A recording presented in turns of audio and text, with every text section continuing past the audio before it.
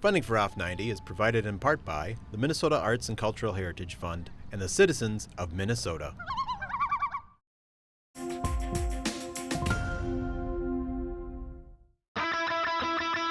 Cruising your way next, Off 90. A lemonade stand in Rochester. An Austin Robotics team. The Hormel Historic Home in Austin. And an unlikely cross-stitcher from Geneva. It's all coming up on your next stop, Off 90.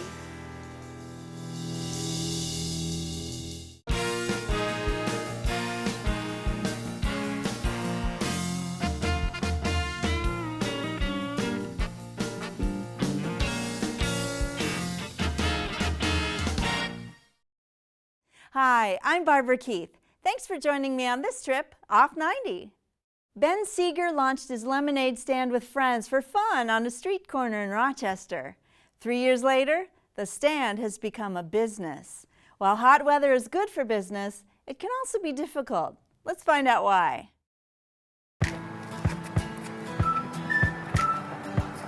We just wanted to make money one day and have fun, and I came up with this idea, and he helped me on it. With a lot of the supplies and stuff. We did it once for fun, and it just became a business.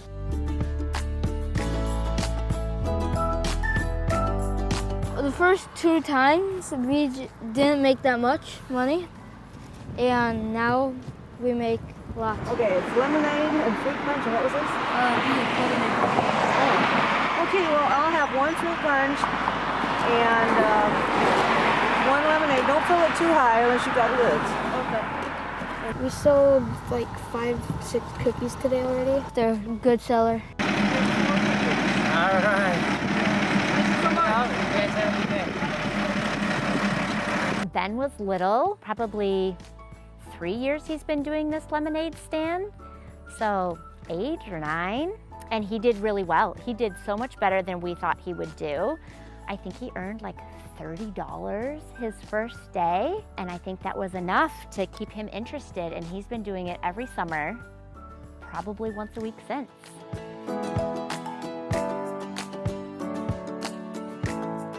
Hy-Vee. We usually walk to Hy-Vee. Yeah. You know, we just live a few blocks from Hy-Vee. They'll make a list for their supplies. They buy their cups, they buy their own pitchers. Every once in a while they will have cookies that are on sale. So if they think that they can make money on a cookie, like today they're also selling cookies.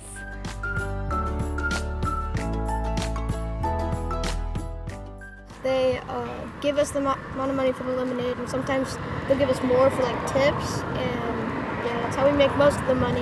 Yeah, they're trying to make money. 1, I think he gets to hang out with his buddies.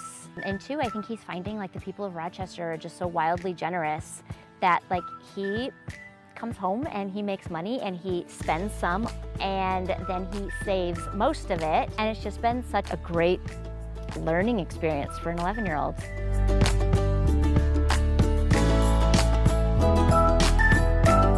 Well, they're on a busy road. So that makes me feel better than a less busy road, actually. And they have not had any negative experiences. They've had city buses stop, they have fire trucks stop. They have just, it's really been encouraging to them of how wonderful the humans of Rochester are.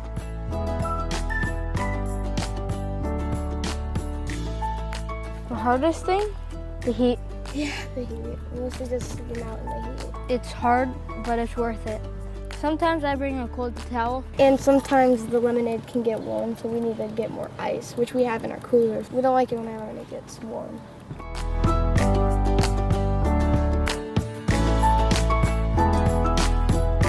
My favorite part about being out here is probably having, being with friends and getting money. Being with friends and spending a lot more time outside. The fun part is watching, like, what are you gonna do with your money? It's been fun from, like, Dad will talk to him from a business perspective. It's on the Elton Hills Drive, a pretty busy street, and then they can just turn in and buy some lemonade. Yeah. So it's good. Ben has a brain that's just kind of built by numbers, and just watching like him figure out, like, I have some money, I'm going to the fair this weekend, but I want to have enough money to do a lemonade stand next weekend. also just kind of that process for an 11-year-old is really fun to see. Have a nice day.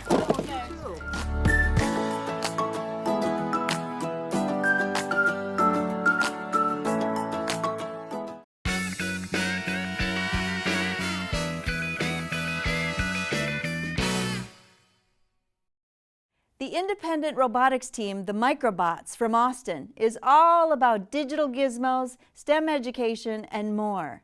We take a look at how the 4 team members combine their skills in competition.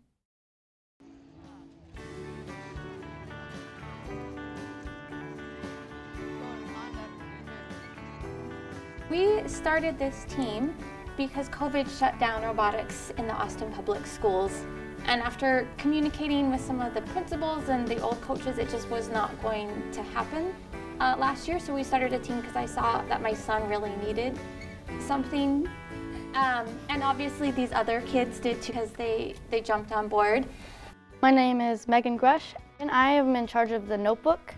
And the notebook is a documentation of what the robot has started as and what it has changed and why we've done it and what we have done to the robot. It's also part of my job is making sure that during tournaments, we're in line, we're getting to our alliances and getting to the field on time. I'm Clark Eakins, and I'm a driver on the team. The year before this year, I was not a driver. I was a coder. And this year, I'm a driver. And I think some of my video game experience has played into this. How much time have you spent on this? 2 months. I'm Ian Carolyn. I'm a builder and driver on the team.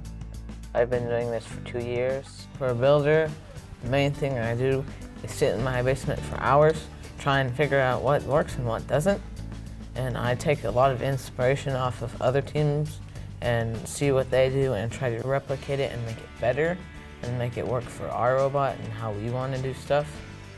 It's a lot of time. And for a driver, I just sit there and practice. I've always been interested in building and engineering, testing mechanisms, and making sure they work.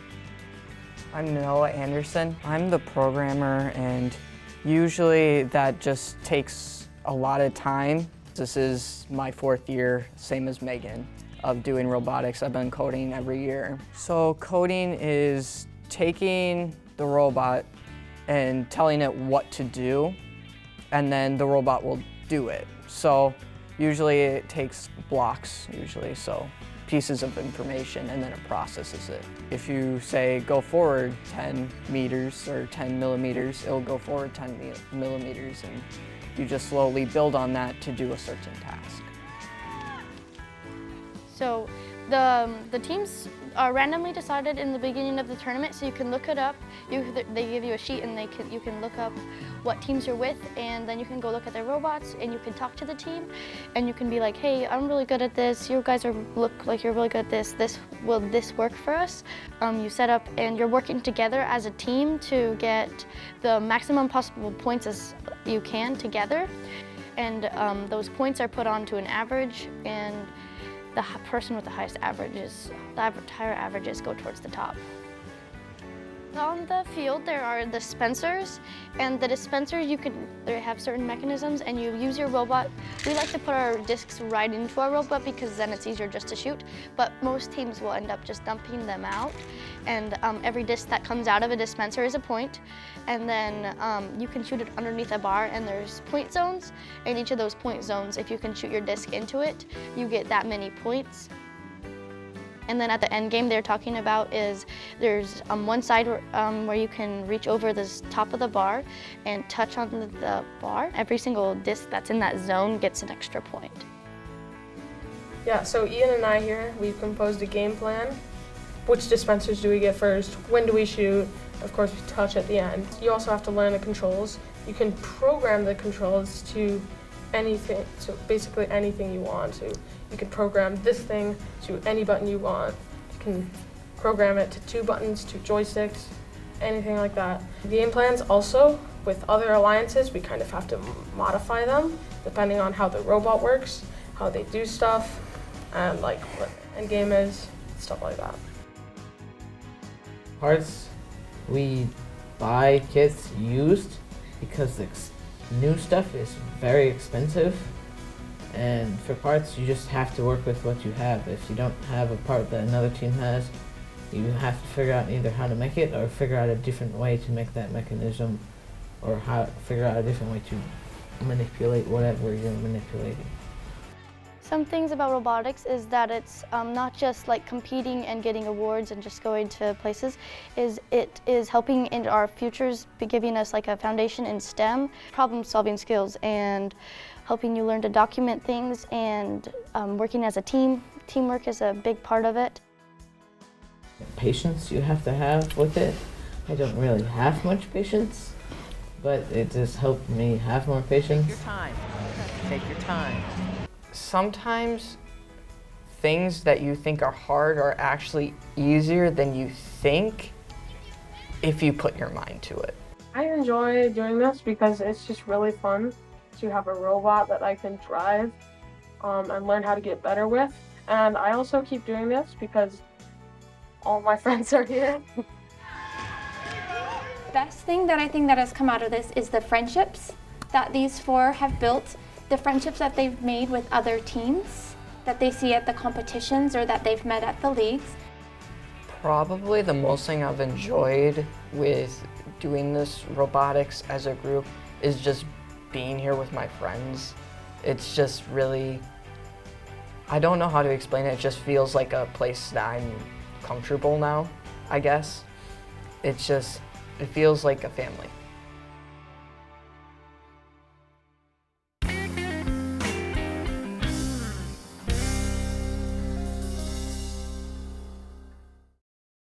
What's now the Hormel Historic Home in Austin was built more than 130 years ago and became the residence of George A. Hormel, the founder of Hormel Foods.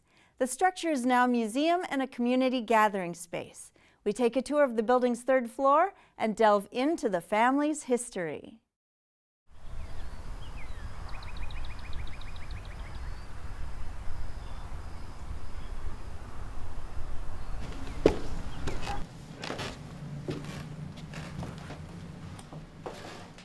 This is Jay's room when he was growing up.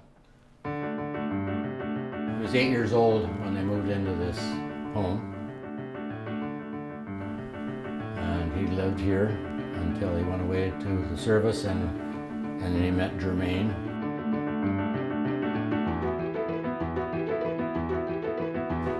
And how many of you remember sock dolls? See? You remember sock dolls. So Jay had sock dolls, just like all of us kids growing up.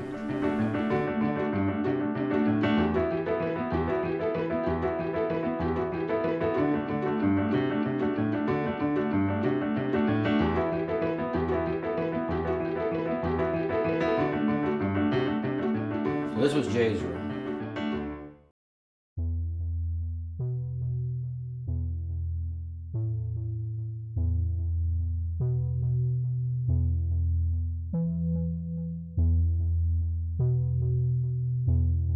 Now entering the servants' quarters. This would have been the servants' staircase going down to the kitchen where we came from earlier. And so they would not have to disturb the family going down to the kitchen. There's 2 bedrooms back here. George and Lillian had a cook and a maid. The butler lived not on the property. And so these rooms became bedrooms for when it was the YWCA.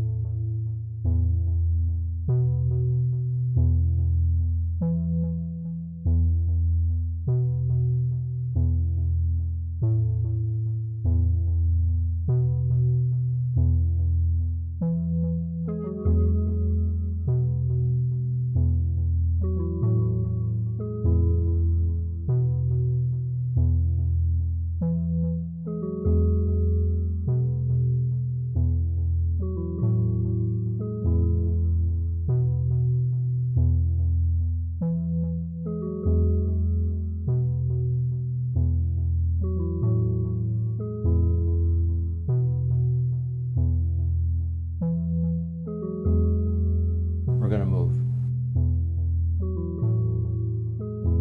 Interesting is the architecture of the up and down staircase separate the children's section from the adult section.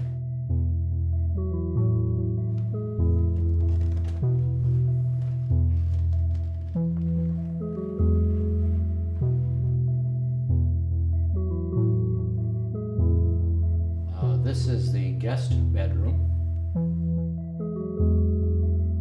Lillian's mother's last 3 years, this was her bedroom, and Lillian stayed and took care of her.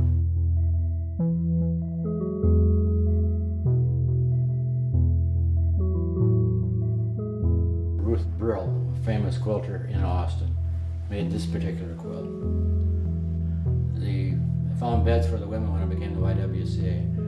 After I went back to the historic Hormel Home, then people started donating items.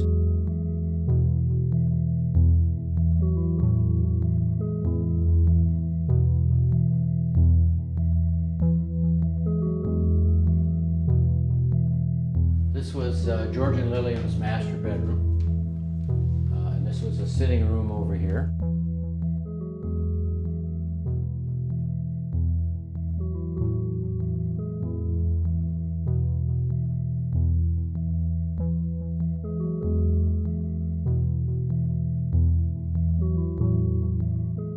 They have an armoire here. It's a built-in armoire. It faces out to what is now 4th Avenue Northwest, but in those days it was Water Street in Austin. I haven't seen this one. There they are in 1918 for some event.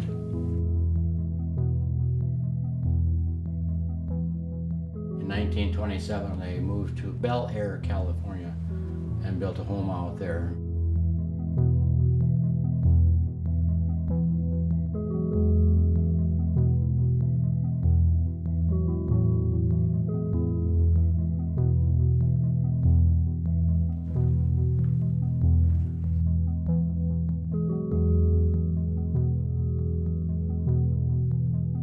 This is the original bathroom from when I was the YWCA. I love the pink colors in here. It shows the era of the 1940s and 30s. The sitting room.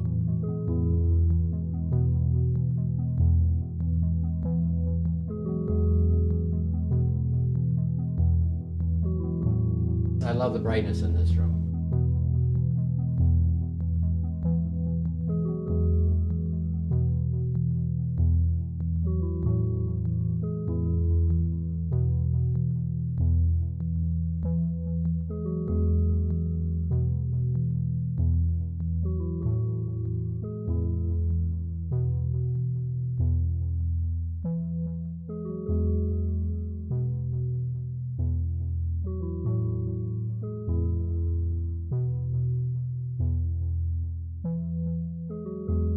Another handmade beautiful quilt in here.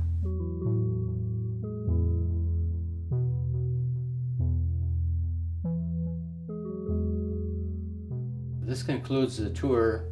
Hope you enjoyed it. The Hormel Home is a wonderful place to be. George and Lillian filled this house with music many, many evenings.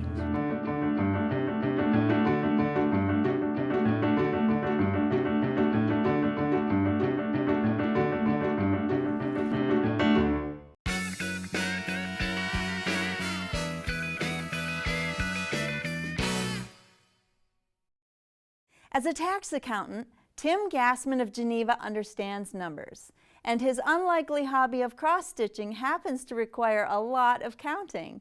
Let's let Tim explain how he relaxes using numbers.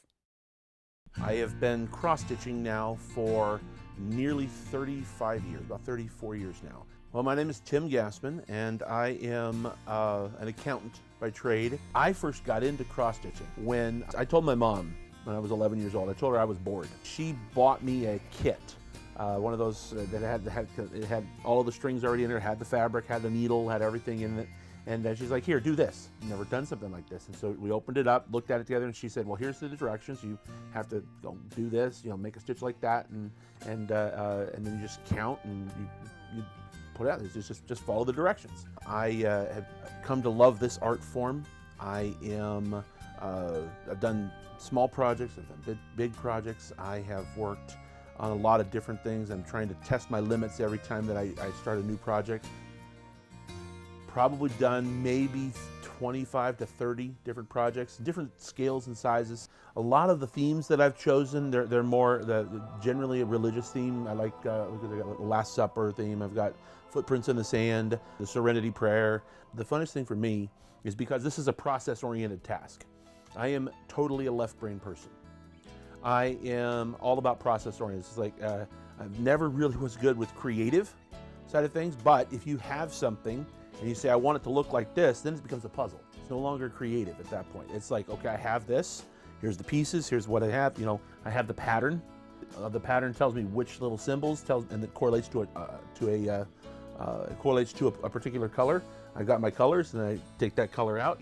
I put it on the needle, and I follow the pattern. I'm like, okay, I need 5 of these stitches or 4 of these stitches, and then then I'm going to go down one over one, and then I got to put more of those stitches in there. So it becomes a puzzle. For me, that relaxes me. Which some people might stress them out. For me, it relaxes me because I'm a very process-oriented person. Part of it's already done, so it's like doing the same things that I like doing, but then part of it's done. I just have to figure out the rest of it. You know, I have a blank canvas, and I gotta, you know, figure out where the middle of the canvas is, and then count up, count over, and then start working on the pattern. Finding the time. I mean, I try to give myself at least a couple of hours a week of sitting down and just like decompressing and working on the projects that I'm working on. That's probably the biggest thing, is just finding the time to work on it. I don't look like a big needle pointer. I can see that as this is, you know, maybe an arm wrestler, a football player, or something like that. But I look to Rosie Greer. Rosie Greer was a needle pointer, and he did that. So he was a football player, and he did that. He was a needle pointer. So I say that, you know, Rosie Greer used to do this. I tend to surprise people more than anything else. It's like, oh, I like to cross stitch. Oh, you know, they don't think, well, someone like you, like maybe you're you know, like to draw, or you just like, I'm not a very creative person. I don't do a lot of, you know, from my mind creating things. I rely on a software to take a logo, like what I did for the TV station's logo. I took that logo, I put it into a piece of software, and then it told me what colors to use and where to put them and to lay it out and pattern it out. So it can get expensive. I mean, granted, these little floss things, you know, buy them at different craft shops. They're about 50 or 60 cents each. It's about 9 yards worth of floss, and you, depending on your fabric, you're dividing it. The 6 strands of floss, you're either dividing it in 3 or 3 pieces, two strands each, or you're dividing it in 2 pieces, which is 3 strands each. Depends on how big the how far apart the holes are on the canvas that you determine, you know, how many strands you do, and then the time that it takes, finding the time to do it, but then the time that it takes to see the fruits of your labor, because, you know, when you get to look at one of the projects that I did, and I say I did 500 hours on one of those projects. 500 hours, that is a full-time job for a couple of months. The only reason that someone would do this, knowing that, the only reason that someone would do this was because they loved doing it, or they loved just the fact it relaxed them, it made them feel good, it did, you know, made them feel creative. This particular form, if you go to an art fair or an art craft fair and stuff like that, you probably don't see a whole lot of cross-stitching pieces, simply because of the time that goes into them, and to make it worth a value. You know, I mean, to be able to sell something like that, if you're going to represent how much time it took to do, it'd be out of many people's price ranges. So these tend to be more of a kind of thing where, because I've done a number of projects where I would work on it and then I would give it as a gift. When you go to a craft store, it's the one section kind of that they have all of the floss fabrics and stuff, or the flosses and stuff like that. They usually carry all of that brand, and there's some different fabric choices, and they would have so many options for that, and they would have a wall full of different books and magazines and stuff like that, had all the different patterns and things like that. That's where I got most of my book patterns that I got. I would buy them at different times from those craft stores, and now it's kind of gotten a lot less. Kind of lucky if you got half of an aisle on both sides devoted to cross-stitching. Plus, those of us that do cross-stitch, we don't go to the store nearly as much to buy stuff, because we're still working on the projects that we set up, you know, 5, 6, 8 months ago, whatever the case is. I'm still working on some of those projects. Now, if I run out of a particular color of fabric or floss, then I'll have to run in and grab some. But then I'll just usually go through my inventory. I'm like, okay, I need 5 or 6 things. And yes, I have run into the store 20 miles away just to buy $2 worth of floss, just so I could continue working. Probably had a little bit of a break, probably about a 3 or 4 year break where I did nothing. And then I started back up again, and then off and on, and then over the last 6 years, I've done a lot of bigger projects for that I've been doing, and just really just growing and continuing to grow it, and challenging myself and making something that that looks good to hang on a wall, and it's a conversation piece. My wife and I have 8 kids. The 3 of them love cross stitching. My son has just finished up one of his projects, and it's a little dragon, thing that he got from one of my pattern books. But he just likes to sit and cross stitch, and he's getting better at it. He started earlier than me. He started at the age of 9. He's 12 now, and so I think it's going to be a good thing, for him, and a couple of my other kids. They enjoy doing this too. So I just passing on a little bit of a legacy. We've reached the end of this trip. Thanks for riding along. See you next time, off 90.